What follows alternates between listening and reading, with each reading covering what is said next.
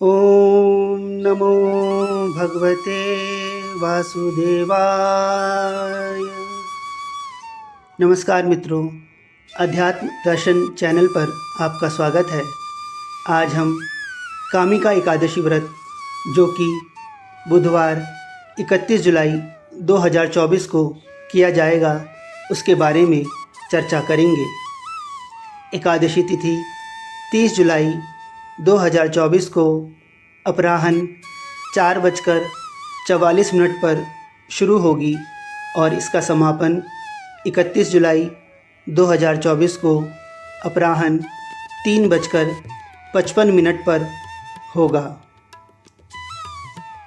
सूर्योदय के आधार पर कामिका एकादशी व्रत 31 जुलाई को ही किया जाएगा। व्रत का पारण 1 अगस्त 2024 को सुबह 5:43 से सुबह 8:24 तक किया जाएगा। पारण तिथि के दिन द्वादशी तिथि समाप्त होने का समय है शाम 3:28। मित्रों, कामिका एकादशी व्रत का महात्म्य जिसे स्वयं भगवान श्री कृष्ण ने धर्मराज युधिष्ठिर को बताया था वह इस प्रकार से है। एक बार धर्मराज युधिष्ठिर ने भगवान श्री कृष्ण से पूछा, हे गोविंद वासुदेव, आपको नमस्कार है। श्रावण के कृष्ण पक्ष में कौन सी एकादशी होती है उसका वर्णन कीजिए। भगवान श्री कृष्ण बोले, हे राजन सुनो, मैं तुम्हें एक पापनाशक उपाख्यान सुनाता हूँ जिसे पूर्व काल में ब्रह्मा जी ने नारद जी के पूछने पर कहा था। नारद जी ने प्रश्न किया, भगवान कमलासन, मैं आपसे यह सुनना चाहता हूँ कि श्रावण के कृष्ण पक्ष में जो एकादशी होती है उसका क्या नाम है, उसके कौन से देवता हैं तथा उससे कौन सा पुण्य प्राप्त होता है। हे प्रभु, यह सब कृपा कर बताइए। ब्रह्मा जी ने कहा, हे नारद सुनो, मैं संपूर्ण लोगों के हित की इच्छा से तुम्हारे प्रश्न का उत्तर दे रहा हूँ। श्रावण मास में जो कृष्ण पक्ष की एकादशी होती है उसका नाम कामिका है। उसके स्मरण मात्र से वाजपेय यज्ञ का फल मिलता है। उस दिन श्रीधर, हरि, विष्णु, माधव और मधुसूदन आदि नामों से भगवान का पूजन करना चाहिए। भगवान श्री कृष्ण के पूजन से जो फल मिलता है वह गंगा, काशी, नैमिषारण्य तथा पुष्कर क्षेत्र में भी सुलभ नहीं है। सिंह राशि के बृहस्पति होने पर तथा व्यतिपात और दंड योग में गोदावरी स्नान से जिस फल की प्राप्ति होती है वही फल भगवान श्री कृष्ण के पूजन से भी मिलता है। जो समुद्र और वन सहित समूची पृथ्वी का दान करता है तथा जो कामिका एकादशी का व्रत करता है वे दोनों समान फल के भागी माने गए हैं। जो ब्याही हुई गाय को अन्य सामग्रियों सहित दान करता है उस मनुष्य को जिस फल की प्राप्ति होती है वही कामिका का व्रत करने वाले को मिलता है।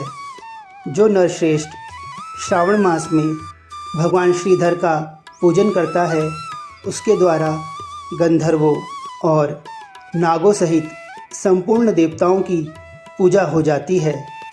अतः पाप भीरु मनुष्यों को यथाशक्ति पूरा प्रयत्न करके कामिका के दिन श्री हरि का पूजन करना चाहिए।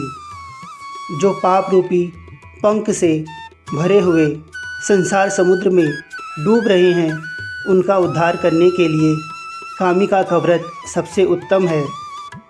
अध्यात्म विद्यापरायण पुरुषों को जिस फल की प्राप्ति होती है उससे बहुत अधिक फल कामिका व्रत का सेवन करने वालों को मिलता है।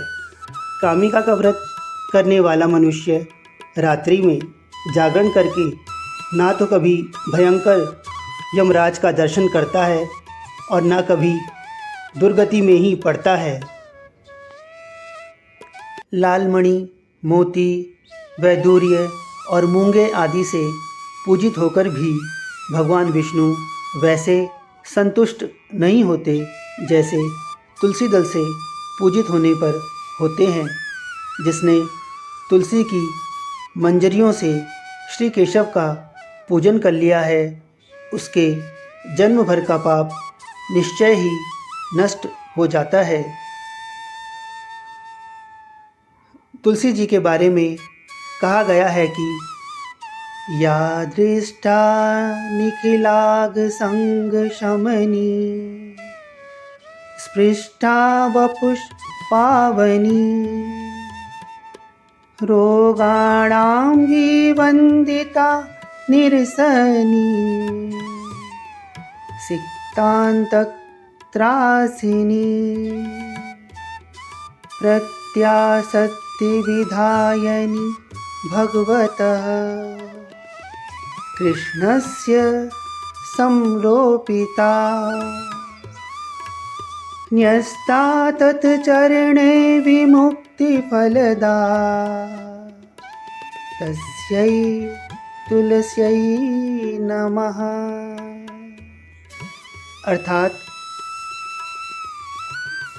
जो दर्शन करने पर सारे पाप समुदाय का नाश कर देती है, स्पर्श करने पर शरीर को पवित्र बनाती है, प्रणाम करने पर रोगों का निवारण करती है, जल से सींचने पर यमराज को भी भय पहुंचाती है, आरोपित करने पर भगवान श्री कृष्ण के समीप ले जाती है और भगवान के चरणों में चढ़ाने पर मोक्ष रूपी फल प्रदान करती है, उस तुलसी देवी को नमस्कार है।